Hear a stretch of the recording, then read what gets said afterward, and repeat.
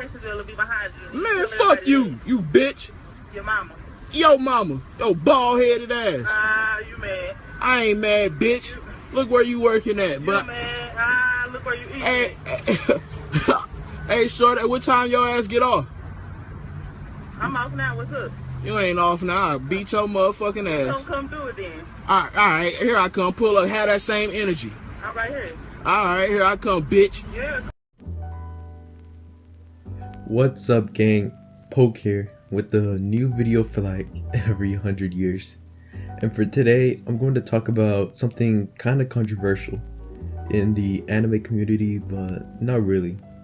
If you haven't heard the news of the new Jujutsu Kaisen trailer that released last week, is going to adapt the first sort of prequel arc of the series, so it wouldn't like intercept how the anime series flow is going.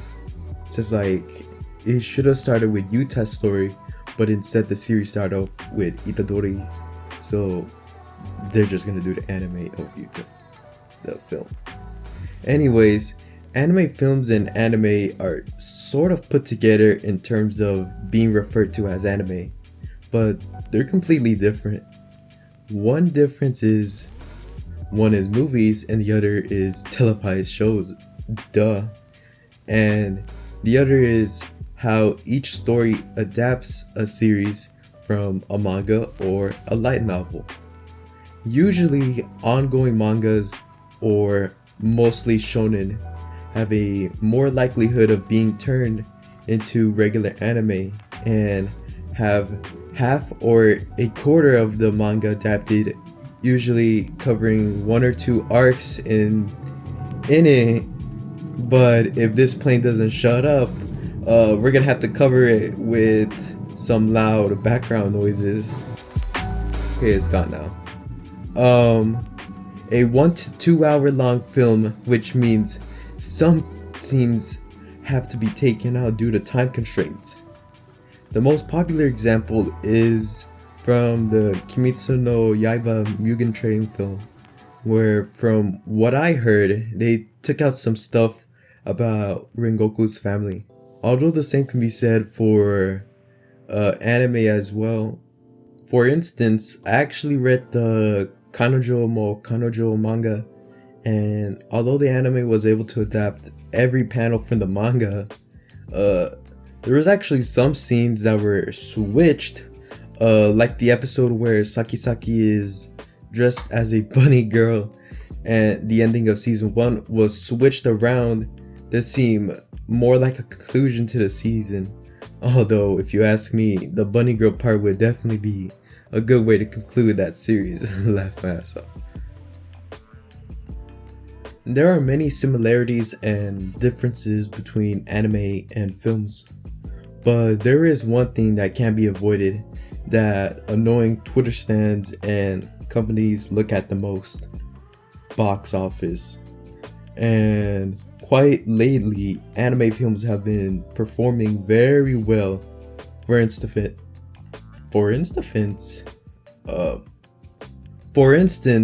The Elephant in the Room, Mugen Train, was able to produce 40 billion yen or $368 million.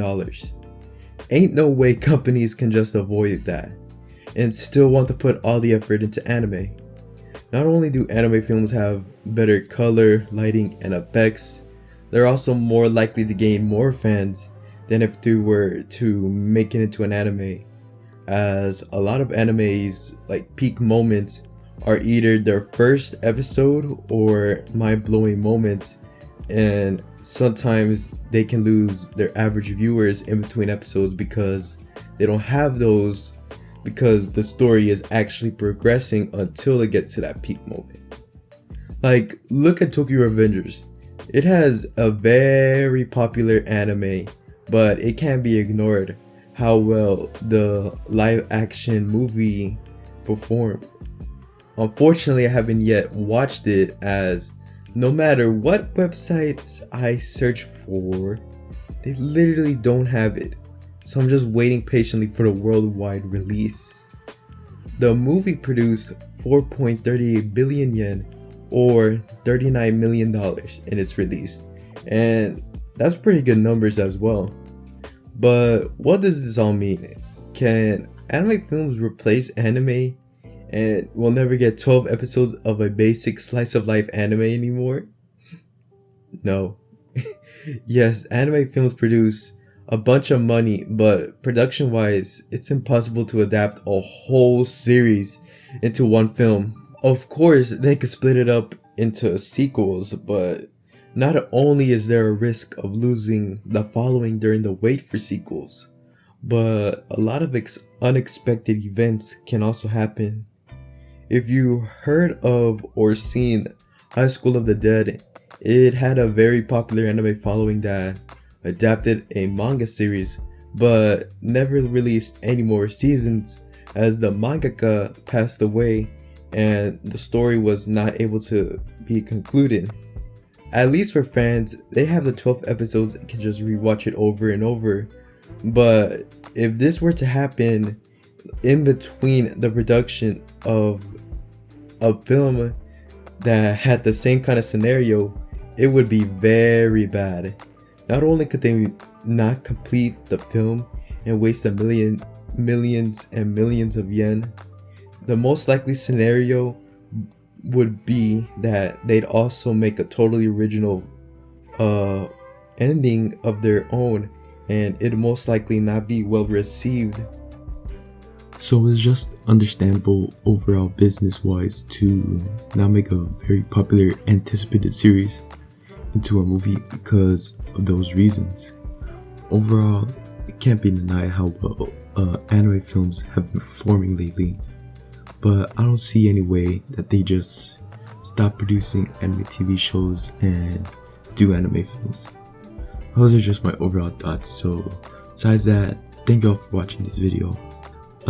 Sorry if I sound pretty different than how I was in the other video. I'm recording this part of the video different day, and there's people, and if y'all see my previous videos, you know how hard it is to talk when there's other people because of noise. I know I started going back to not uploading, especially after how well that Deltarune video performed, and while yes, thank you, but I'm not doing Deltarune on this channel. It's just other stuff that's been happening in my life that sort of stopped me from posting. I can't go deep into it, but don't worry, I don't care how little my viewers are. I still want to produce videos as they have more overall enjoyment, and I'll always come back to this channel. Sorry for that little rant, but thank you guys again, and make sure to like and subscribe, turn on notifications so you can be up to date with my videos and so my wife won't take my kids away. Alright, see you guys later.